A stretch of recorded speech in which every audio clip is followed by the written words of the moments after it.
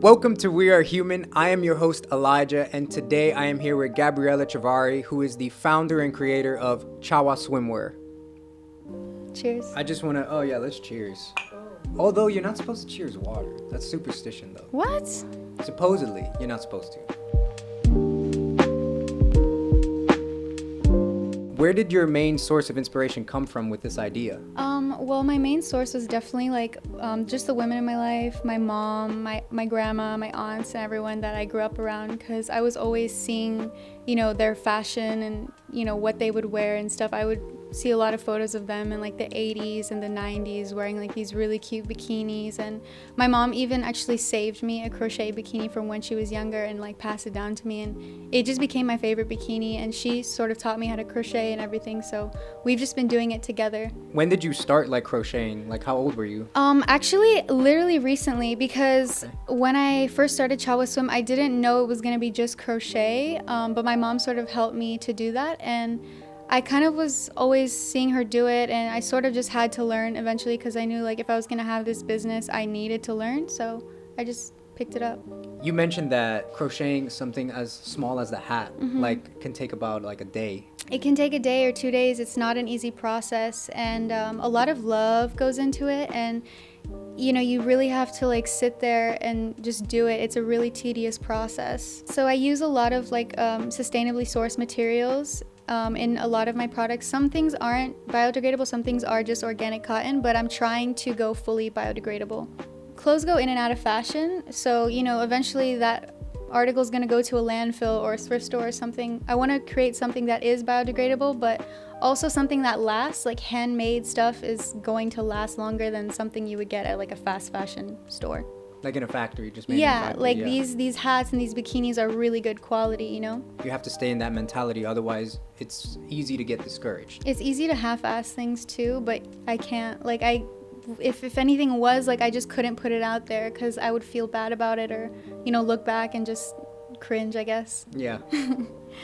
I mean, in Orlando especially, I don't really see I don't even want to call it a streetwear brand, but I don't see like a community or something that the girls and women can kind of have. I see I know a few guys who are doing it, and that's really cool, but I just wanted to create something for girls. I have seen that it has been like successful, like just from seeing a lot of people on social media resharing it, like it is making its noise, like it's kicking in. Thank you. Sometimes it doesn't feel like that. I guess that's like a challenge, is sometimes comparing yourself to other brands or just seeing how other people are doing. And I mean, the reason I started in the beginning wasn't to compete with anyone. It was because I wanted to have community, and I wanted to make a space and do something like to make girls like feel sexy and feel comfortable in their skin and stuff. But marketing is difficult sometimes. It's difficult to make time for it all the time, because I'm also a student and I'm working as well. So how do you kind of balance all the time and like just practice good time management and productivity throughout all the things that you're juggling? I'm not that good at it, honestly. Like I like kind of have to force myself to do a lot of things. Like when it comes to work, obviously, like I don't have a choice. I kind of just have to show up. When it comes to school, like I know like, okay, there's deadlines, I better just do that. With Chawa though, any free time that I have, that's what I'm doing.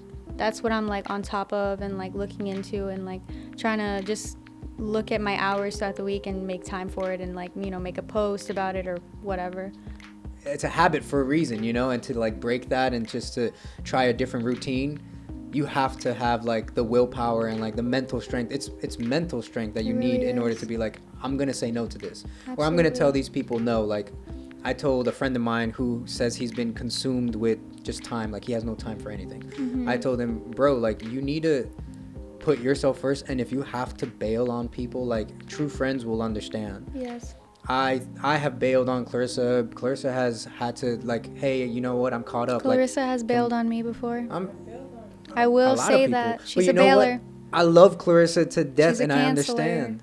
Wait, did you say she's canceled? No, she's a canceller.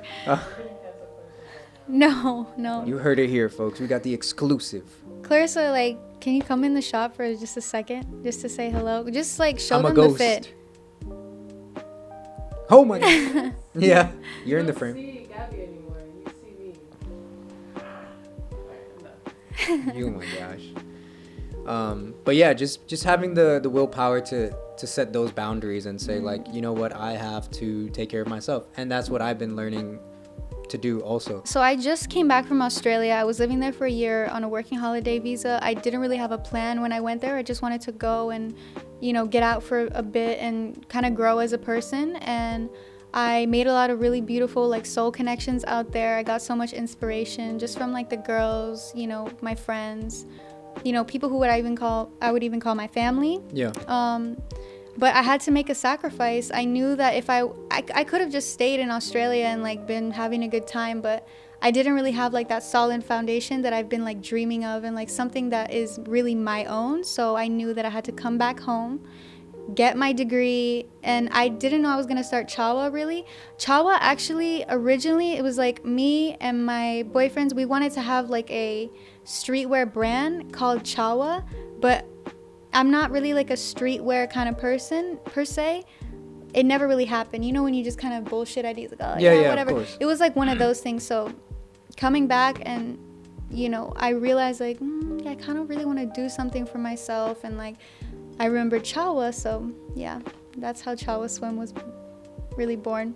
I'm not spontaneous. I'm a planner. Like I can't just pick up and move to Georgia or New York. Like I wouldn't be able to function. I'd be like, what the fuck's going on? You know?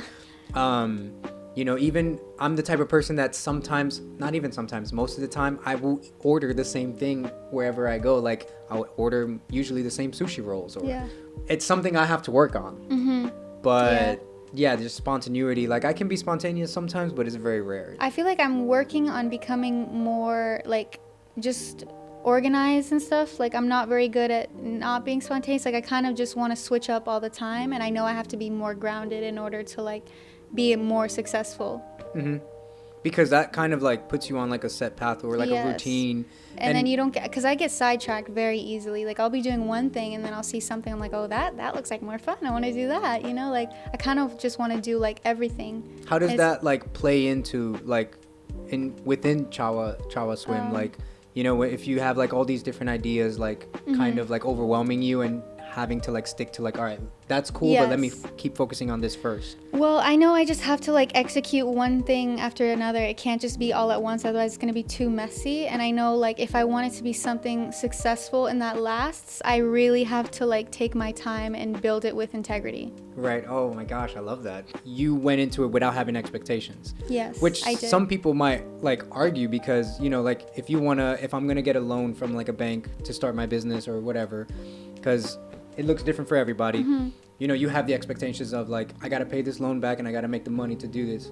But in your case, you were like, if it works, it works. If it doesn't, it doesn't. Yeah, I kind of just was like, oh, I have really nothing to lose. Like, I'm just going to gain some knowledge on like how to run my first business and what I should do and shouldn't. My dad, he's an entrepreneur as well. So I kind of just grew up seeing him do his own thing and be self-employed. So it could start with just an Instagram page, and you can just be posting like stuff that inspires you, and like other people will start following it, you know, things like that. Of course.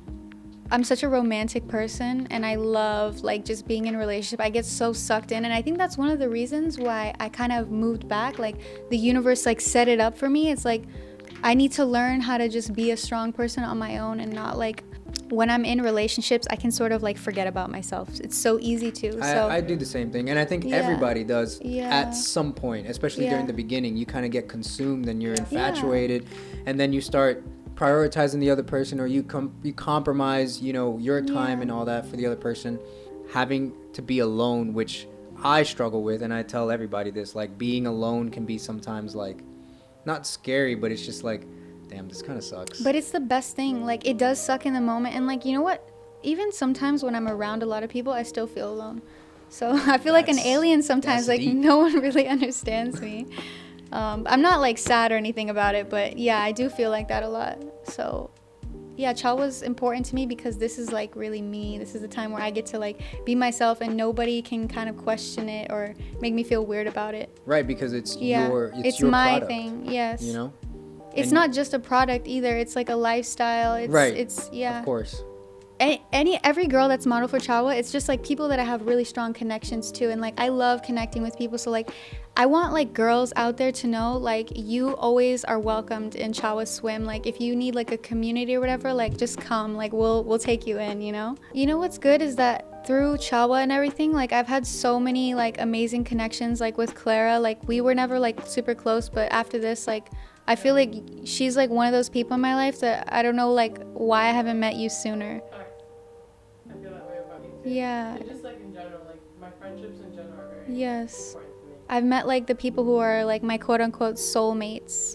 Yeah, they've really come forward in this time, and I really appreciate them.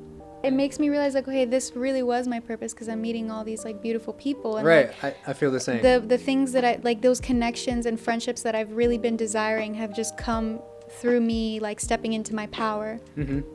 Absolutely. And like seeing the support system, which we've talked about like several times, like that only pushes you forward even more. Yeah. You know, like just a reassurance of like, I got this, like I'm doing Yes. something right, like let me just keep going.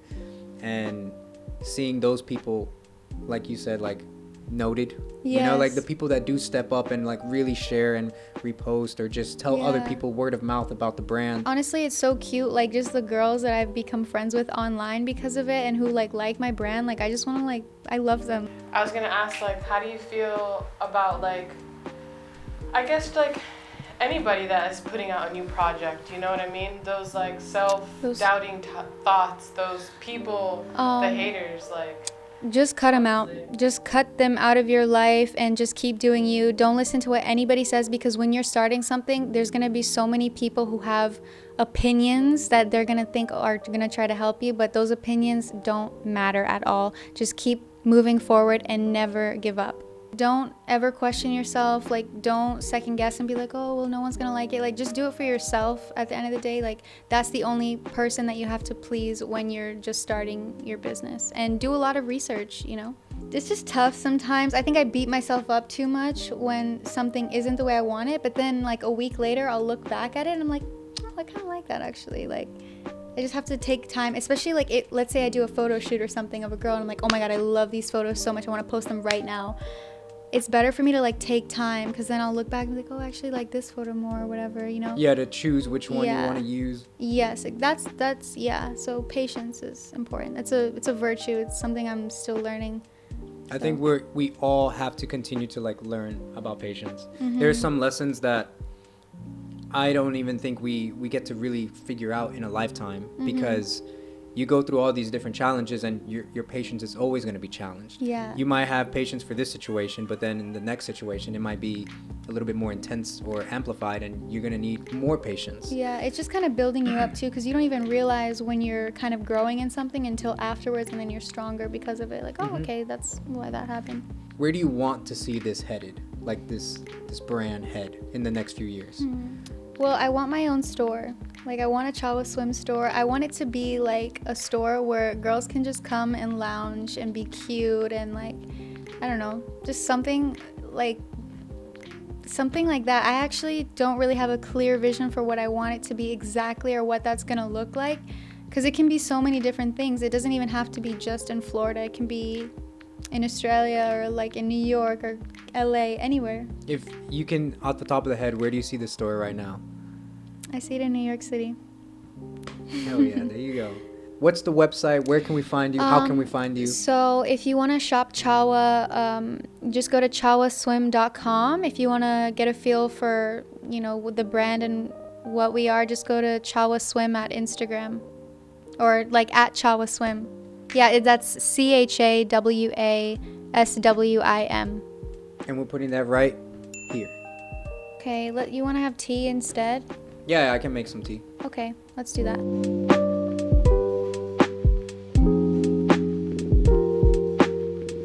We're both Brazilian, half Brazilian. We're both half Brazilian, which I've never met another half Brazilian before in my entire life. Yes. Yeah, so fun fact about me is I love ASMR.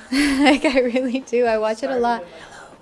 It's weird. It is a weird thing, and like people think it's gross, but I love ASMR. I don't know why. But it's a niche, like It calms me down, niche. for real.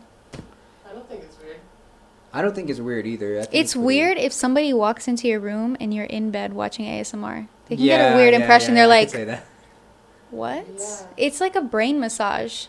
A brain massage. For real, like they give you like, you know, they always say like tingles or whatever. It literally feels like my brain is getting a massage. But I feel like Elisha does this thing when it comes to editing. When I first did my interview, I was like, wow, I sound like a depressive fuck. Dude, you know what? He did his sorcery. And I then she was noticed- like, why do I sound so informational? That's not how I felt at all. I was scared that he's gonna like take all the weird clips of me being weird and just expose me. That's exactly how it should be. Oh my god, that's There's funny. like a whole bloopers Yeah. of her like, No, I would never. But I don't know who that is. I know who that is. I would make a I don't fool out know of what you're myself, talking dude. about.